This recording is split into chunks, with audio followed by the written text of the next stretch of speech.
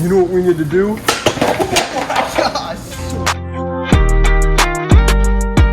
Hello, and welcome to episode 117. I can't believe we're here, but we are. Yeah. So today is going to be super fun because we got a whole gang with us. All right, today, the game we're playing is called Egg Toss. And the way that we play the game is we're all going to be standing in a circle. We're going to spin a bottle. When we spin the bottle and it lands on somebody, that person has to throw an egg at everybody. The person that gets hit with an egg is out. It's real simple. Here we go. Who just pooped themselves? Okay. Sorry.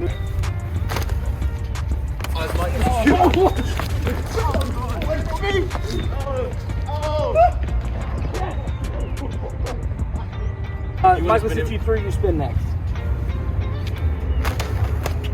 Oh God! Dang it! Oh my God! Oh God! Oh! Dang it! I almost had it! Oh! Wait! Dang it!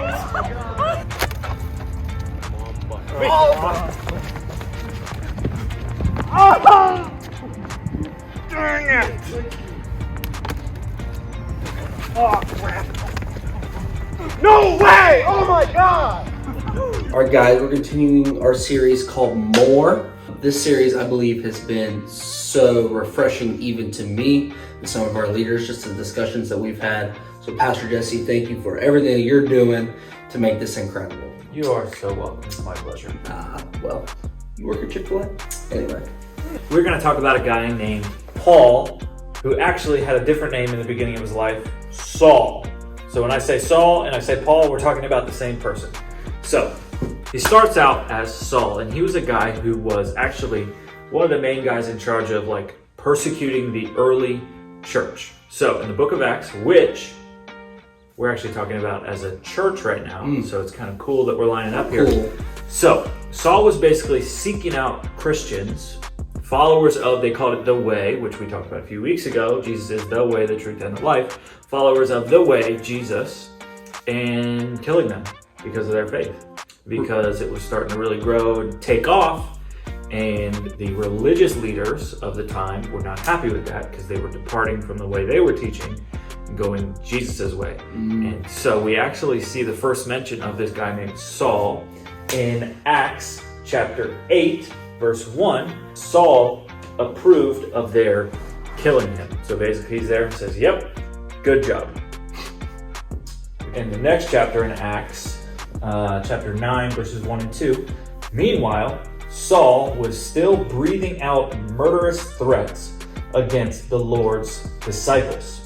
He went to the high priest and asked him for letters to the synagogues in Damascus so that if he found any there who belonged to the way, or were Christians or were following Jesus, whether man or woman, he might take them as prisoners to Jerusalem. So we see Saul is about to set off on this trip to try and take out as many Christians as possible. Killing spree. Killing spree. Respect if you know what game that's from. This is Saul's life. He's a religious leader. He's very well respected by the people of his time, and he is taking out Christians. I love how it says he's breathing out murderous threats. Notice how it said he's breathing out murderous threats. Basically, he was one of the leading people trying to take out and snuff out the church of Jesus before it even started. So we see he's going to take off on this trip to Damascus, and on his way there, he has a moment that changes everything. After he sets off on this trip to Damascus, while he's on his way, he has a moment where he encounters Jesus. And we read that story in Acts where basically Jesus appears to him, says, Saul, why are you persecuting me?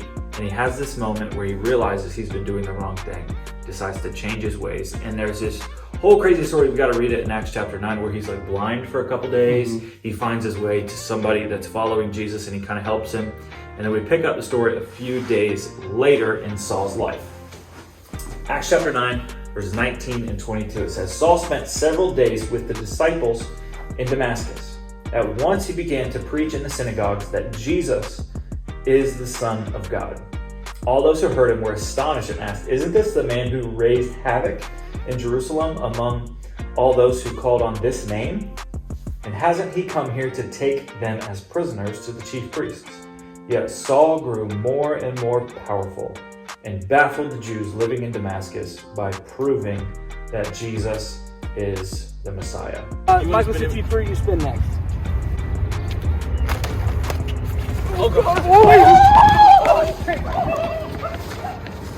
Dang it! Oh my God! He has this transformative moment with Jesus where a few days ago he was seeking out Christians to kill them and destroy the early church, the early followers of Jesus.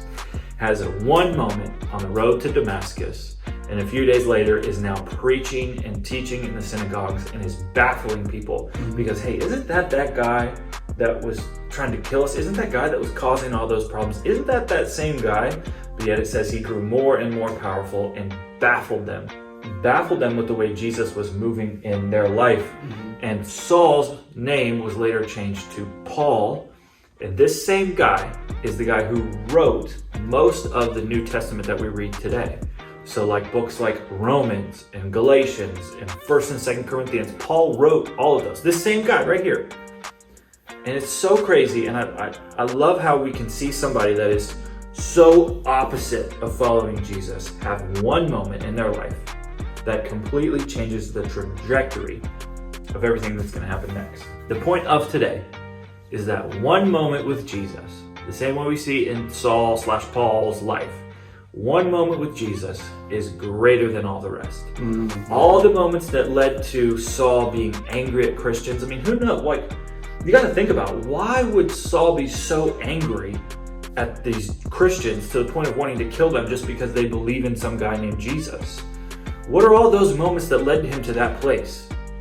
But then in one moment, he has a moment with Jesus that is greater than all those other moments and then changes his life forever. So you and I have to remember that one moment with Jesus is greater than all the rest.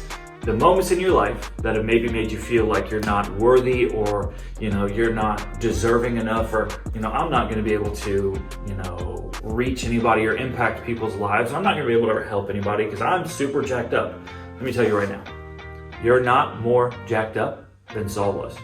Saul was killing people. I'm pretty confident none of you are doing that. God can use Saul in a moment and change his life, and then use him to really be one of the, we call him a founding father of our faith. God can use you all the more. That sucks. Oh! Oh! You're landing it now. The yoke's on you! Get it? Because the joke's okay. Sorry guys, didn't really work out, but we had fun. Oh! We love you, and we'll see you next week. Gross.